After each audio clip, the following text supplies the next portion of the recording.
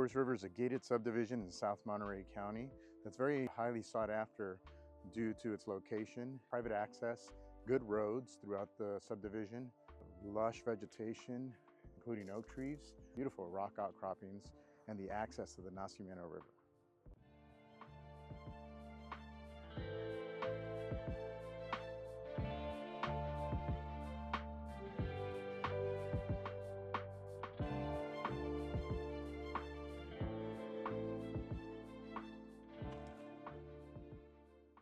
Coming onto the property gate here, we get the benefit of both secure access into the subdivision as well as onto the property.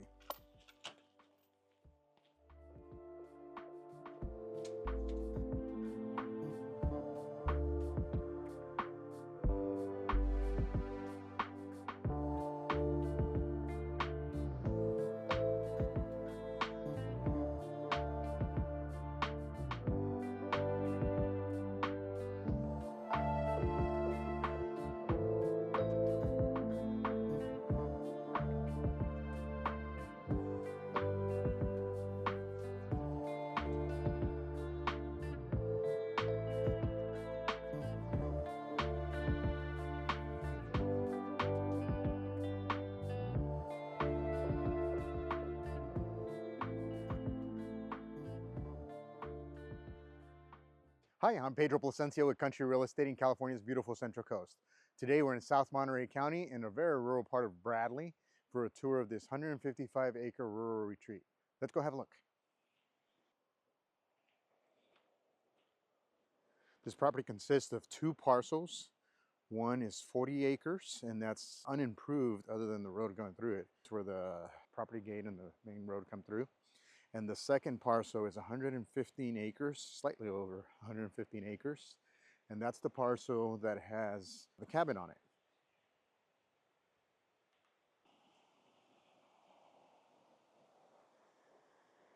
We've got lots of river frontage, including right here in front of the cabin.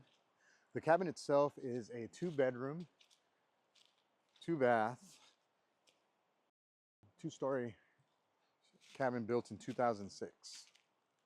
The cabin was very well, beautifully designed, very functional, making best use both inside and out, really taking advantage of this incredible setting. Let's have a look inside.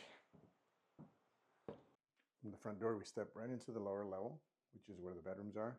But we're going to start off, we're going to go up these stairs to the second level, which is where all the living areas are. Coming up these stairs, we step right into the open living area. We have a sitting space here that opens up to the upper deck. And from here, we flow right into the living room. Both the living room and the kitchen feature a vaulted ceiling with open beam peak. And the living room has this really cool stone fireplace. Now it's very fitting. This is the month of February.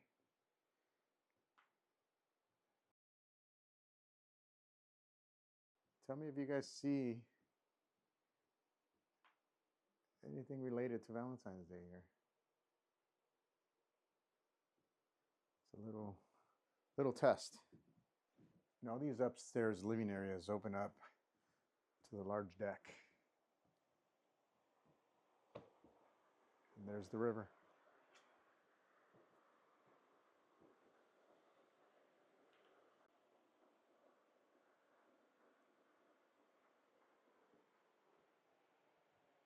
Going back inside. Have you seen it yet? Love in the air. Let's keep going. To the left here, as we come in, we have the dining area. Again, with French doors that open up to the large deck. And you'll notice wood floors, dual pane windows. And we continue to flow right into the kitchen. And the first thing I notice is really cool is this butcher block bar. Kind of wraps around a little bit.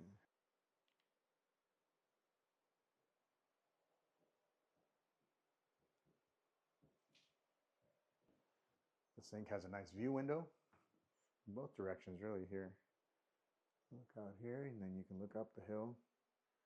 This is a fantastic place to enjoy lots of wildlife.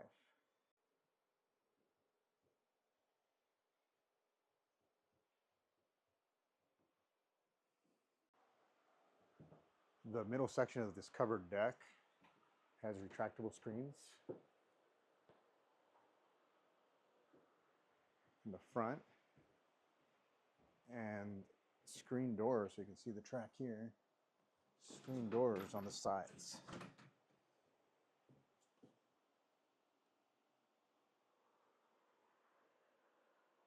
So in the summer evenings, you can screen off this room and hang out without worrying about the bugs getting you. To make it as fire resistant as possible, they use the standing seam metal roof, hardy board siding, which is a concrete composite. The decks and posts and rails, deck rails, are all a very dense fire resistant wood. The pickets are copper.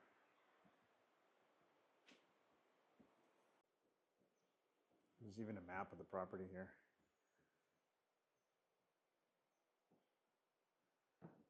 Cabin is right here. The entrance is over here. This is Pirates Cove, a great place to enjoy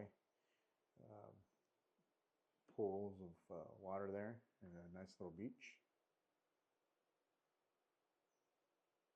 This is Bulls Canyon, and the property comes up to a hill top or ridge line here.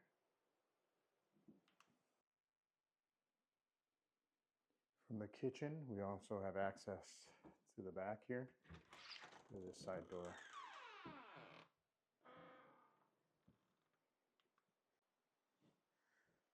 Let's go tour the downstairs.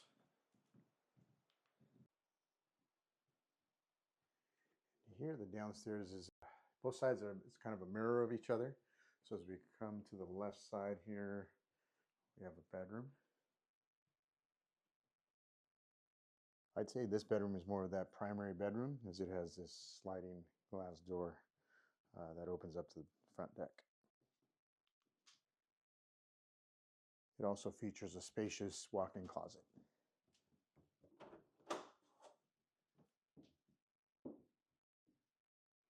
And very convenient, just outside both the bedrooms, you have a 3/4 bath.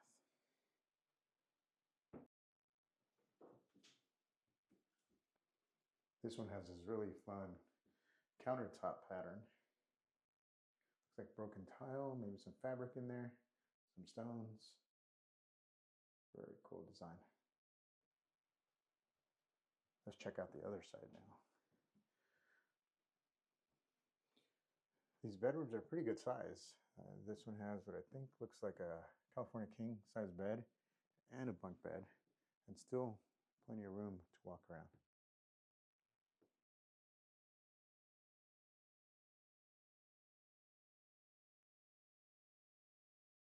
For fire safety and as a county requirement when the home was being built, there is a hydrant here, as well as sprinklers, fire sprinklers throughout the house that maintain pressure because of the water tank elevation there. You get good pressure into the hydrant and the fire sprinklers at all times, 24/7. The Forest River subdivision doesn't have any power running into it. And so everything, all the properties within the subdivision are off-grid. Most of them are undeveloped. The ones that are have solar system or generator or both. This one has solar system there on the shed with battery storage, which has been more than sufficient for the current owners and their usage. The battery bank in here is brand new. It was just replaced about almost 2 weeks ago, a week and a half ago. It's a really nice setup. You have 10 batteries and all the solar system equipment housed in here. From here up on the hill, you can see the water storage tank. It's a 5,000 gallon tank. And we'll head over to the well to take a look at the wellhead. Being off grid, this home is on propane, private septic, and the wellhead is right over here, not too far from the shop. Here we have the wellhead. There's the well there. And it's actually powered, the pump is powered by its own solar panels here. From here, with the help of that little pressure tank, pumps up to the hill where the water tank is. And from there, gravity feeds down to the house, so you get pressure at the house, even without power. It's really nice. This driveway has rock, so it's really easy to walk around without getting all muddy or without getting stuck. Here you have this kind of a pole barn, pole structure is how it was designed and built. So very solid. We have a tractor area for storage of a tractor and equipment. And we have a shop through this door.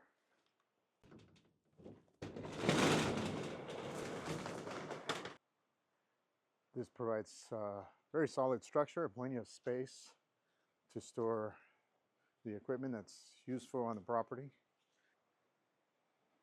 As I walk around, I keep looking down at the riverbed area, looking for wildlife. It's what I consider to be a golden hour. It's actually early right now, but because of the mountain range in this direction, the sunset is a little early here. It gets a little bit darker earlier. And so this is when the wildlife tends to come out. You can have deer, this is very common, turkey, wild pig, elk, hawks, eagles. So it's fun to just walk around and you never know because you don't hear anything. Something all of a sudden will just be there. Actually, let's go back here. This is a great spot to point something out about the property. Behind me is the west edge of the property. Up and over this mountain range is Big Sur. And then it also borders, if we look at the property map, along the northwest edge of the property, it borders the 200 acres owned by the Forest River Property Owners Association. So you have tons of extra land here. I mean, 155 acres is plenty, especially with this terrain. It's just gorgeous and you can hike all day long. There are two main roads through the property. The first one being the one to the cabin, and that one's a private road.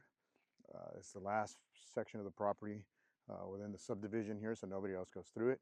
And then there's this road along the east side of the property that does serve as an easement to another neighboring property beyond it.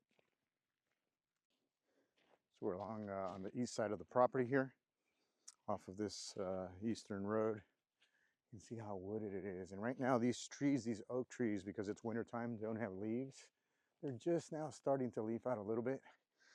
But there's just hundreds, thousands probably of oak trees. You have some digger pines in the distance there. On this side of the road, it's more brush and a lot of manzanita and some digger pines. This is for sure a little bit of a flatter area on the east side of the property here.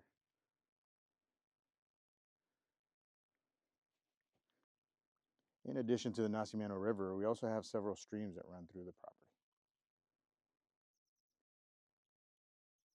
That's a cool, unique rock there. Zoning is permanent grazing, which allows a variety of uses, including agricultural, grazing, livestock, farming, residential. Let's go do some exploring. I'm going to walk along the river.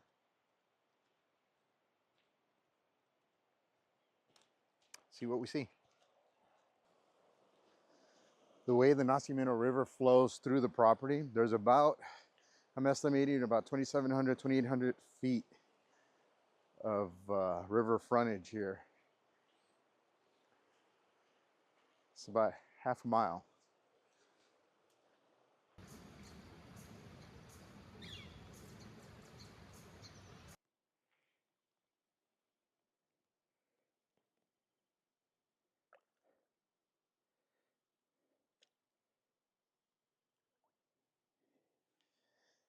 I had to test these waters, and we got a nice catfish. But today we're gonna go ahead and let them go. So I know there's trout here, rainbow trout. There's largemouth bass, and we just caught a catfish, so we know there's catfish. Good fishing here. It didn't take too long either. Here we're coming up on a spot along the river that was very, very treasured by the owners and their family over the years. A lot of moss here, so it might be a little slick, but they call it Pirates Cove. And like I said, this is a spot that where you can enjoy a beach area near these rocks here. Some gorgeous rock outcroppings. So it has a beach area there and some deep pools for swimming and fishing. And not very far from the cabin. So easy to come here and spend a couple hours maybe, and then head up for lunch and then come back again. I brought my waders because part of the plan was to walk across the riverbed and continue my hike into Bulls Canyon there. The property spans into that area. There's pretty hikes and waterfalls, but the river's flowing a little stronger and deeper than I expected. So we're not going to be doing that today, but just be aware. The property continues on into Bulls Canyon there, and like mentioned before, the 200 acres Property Owners Association land. If you'd like to learn more about this home and others like it on the Central Coast in San Luis Obispo County or South Monterey County, be sure to reach out to me. I'd love to help.